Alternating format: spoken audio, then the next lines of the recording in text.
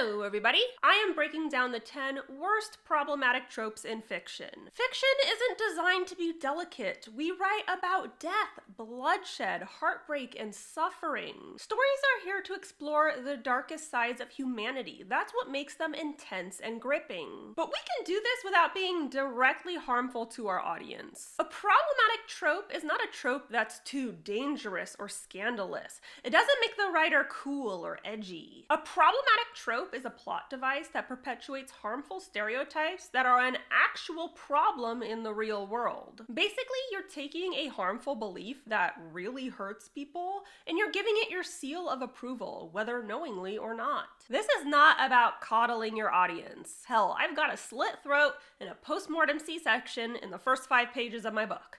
And it's a romance. But people absorb what they experience. They emulate media, and reading is no exception. So while it's important to be creative and to tell the story that you're passionate about, it's also important to be mindful of the messages that you're conveying to your audience, because your audience will absolutely internalize them. Honestly, all the tropes on this list should be really easy to avoid, and they shouldn't be at all shocking. But I'm sure there'll be plenty of angry people in the comments, because after all, common sense ain't common. Let me know which trope you hate the most in the comment below.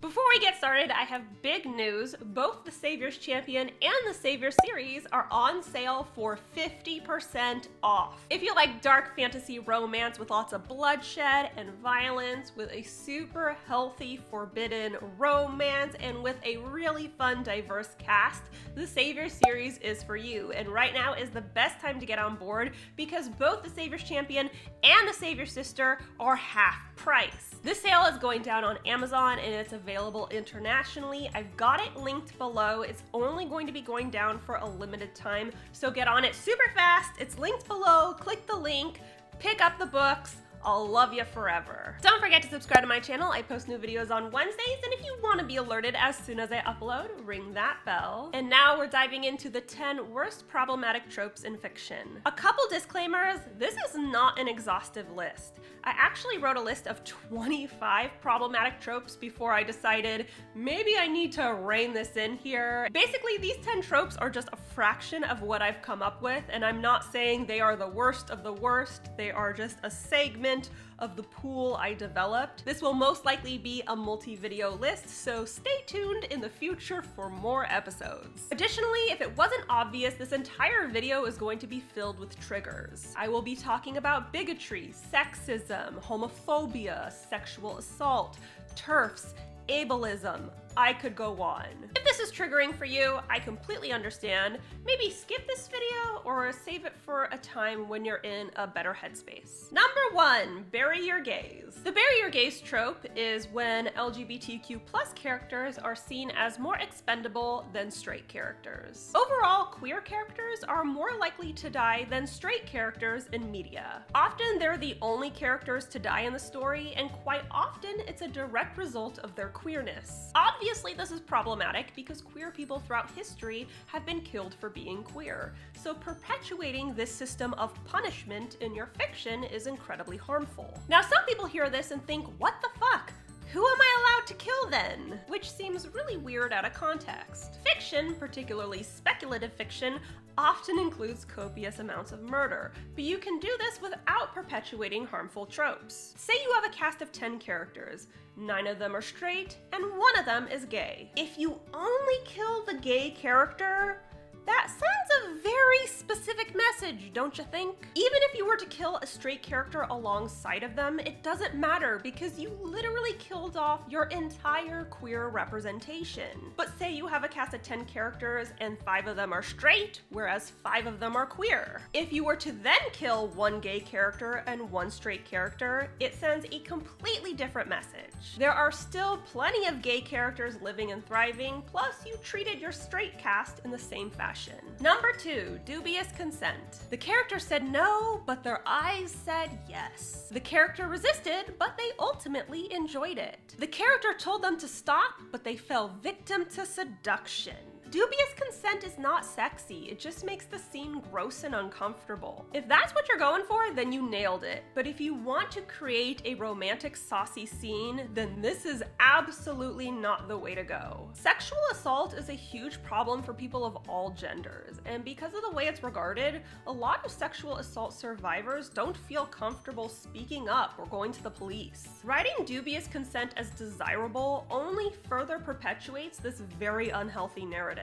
It's triggering for survivors to read, and it normalizes a really fucked up idea of what sex is supposed to be like. Remember, writers, arousal is not consent. Number 3, the token black character and the black character dies first. I put these two together because they come down to a common denominator. These characters are included so the writer can say, here you go, I did it, I wrote a black character. Where are my diversity points? The token black character is a lone black character among a sea of white folks. They don't have many lines, they don't contribute much to the story, and if they do, it's just to motivate the MC. The black character dies first is another throwaway character that only exists to be the first fatality. In both of these situations, the character only exists so the writer has proof that someone who wasn't white exists in the book. Except in the first example, that someone has zero agency, and in the second example, that someone is just cannon fodder. This is problematic because it's dehumanizing. Writers are relegating people of color into these roles because they don't know what else to do with them. If you are shoehorning in a character of color and you don't know how to write them as a multidimensional human being, then this is probably a good time for introspection and education. It shouldn't be hard to humanize a character who's literally a human being. Number 4, fridging a woman. To fridge a woman means to kill a female character, usually a wife or a girlfriend, in order to motivate a male character or advance his hero journey. Now, plenty of characters are killed to advance a plot, but fridging a woman is a wee bit different. The female character is reduced to a plot device. Her sole purpose is to die a painful death so the male character can become a hero. See? Her death was totally worth it. This trope is problematic because it reinforces misogynistic stereotypes that exist in our world today. A woman's duty is to fuel and motivate men, and ultimately, they're disposable. This is a mindset that has gotten women abused, subjugated, and murdered for centuries. Perpetuating it in fiction isn't gonna help us at all. So how do you avoid this trope? Maybe don't kill a girlfriend or a wife in order to advance a man's plot.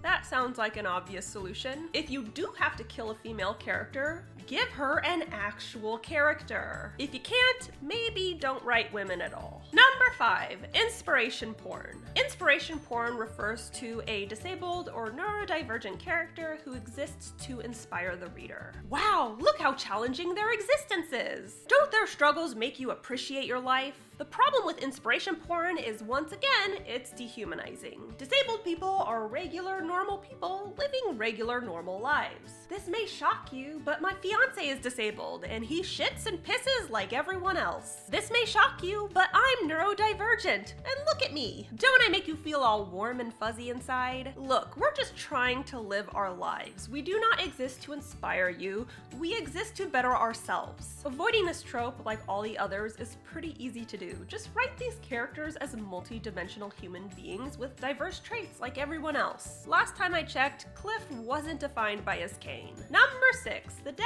trans character. Are they a sex worker? I have a feeling they're a sex worker. I read a lot of books and watch a lot of TV, and typically when there's a trans character present, they die. And 9 times out of 10, they're a sex worker. No shade to sex workers, but depicting an entire group of people solely in this light, especially a light that's already unfairly judged, just isn't accurate. Sex work is real work, but we'll save that topic for another day. My point is, avoiding this trope comes down to just acknowledging the fact that people are not a monolith. The dead trans sex worker is problematic because it paints all trans people with a single brush. They're almost always sex workers out of necessity, not by choice, and they die in a horrific fashion. You can represent trans people in your book in another way. Literally any other way. They could be alive for starters, and maybe you can consider them being, I don't know, the best friend, the mentor, the girl next door, or the hero? Just a thought. You do you. Number 7, sexual assault made me stronger. I know you're all thinking about Game of Thrones. Poor Sophie Turner was done dirty with those lines. But this is a trend that's been going on for eons, and it's almost always perpetuated by male writers. Male writers!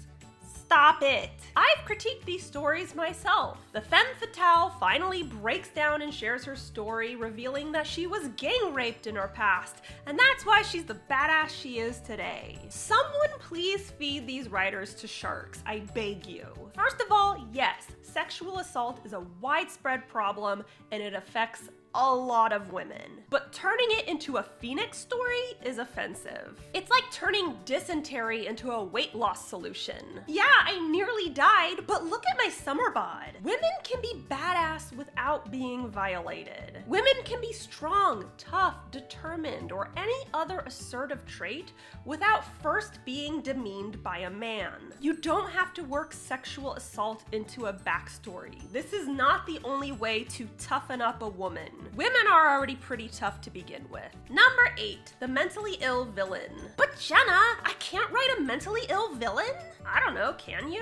1 in 7 people in the world have a diagnosed mental illness, which doesn't even touch on the people that have undiagnosed mental illnesses. The point is, it's extremely common, which means it's very likely that some of your characters have mental illnesses as well. But if your only mentally ill character is the villain, you can kind of sort of see how that's a problem. There's a huge stigma against mental illness. It prevents people from being accepted by society and from seeking and receiving help. Demonizing people who are struggling to receive medical attention is a pretty shitty thing to do. Now, like most of the points on this list, there's a balance. If you have a buttload of evildoers in your novel, adding one mentally ill villain probably isn't a big deal. But that's assuming you also have mentally ill heroes, which honestly shouldn't be hard to do. Anxiety, depression, PTSD, OCD. There are so many mental illnesses that are extremely common and should be really easy to input into your cast of characters. I'm sure you can think of some really popular heroes who fit those mental illness descriptions. Number 9, the romanticized predator. This kind of goes hand in hand with dubious consent. Once again, we're looking at sexual assault being romanticized, but this time it's the predator who's getting the rose-colored glasses treatment. Usually the predator is male and his predatory behavior is being labeled as dominant, strong, and desirable. First of all, naturally dominant people do not need to force others to obey them.